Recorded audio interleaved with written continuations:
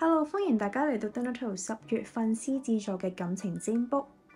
如果你需要一個針對翻你個人同埋詳盡啲嘅占卜，可以透過左上角嘅聯絡方法同我預約做個占卜嘅。咁我而家就開始講下獅子座10月份嘅感情運勢會係點樣啦。有啲獅子座最近可能因為被背叛而受咗好大嘅傷害。但係因為礙於自己嘅尊嚴同埋面子，你未必會將痛苦表露出嚟。而呢段時間你係比較傾向封閉自己，唔想俾人見到你脆弱嘅一面啊。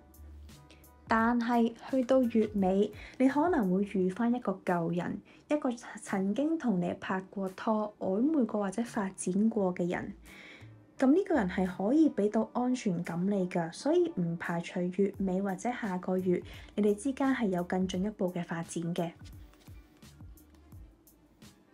另外有啲獅子座今個月開始明顯會對感情冷淡好多，對方其實冇乜嘢唔好，甚至係已經對你好好，佢係可以俾到好多愛同埋關心你，佢亦都好願意為呢段關係付出。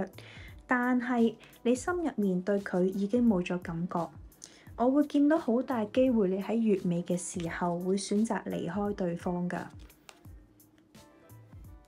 咁到最後，有啲獅子座今個月會有新嘅感情發展，甚至可能係由性關係開始嘅。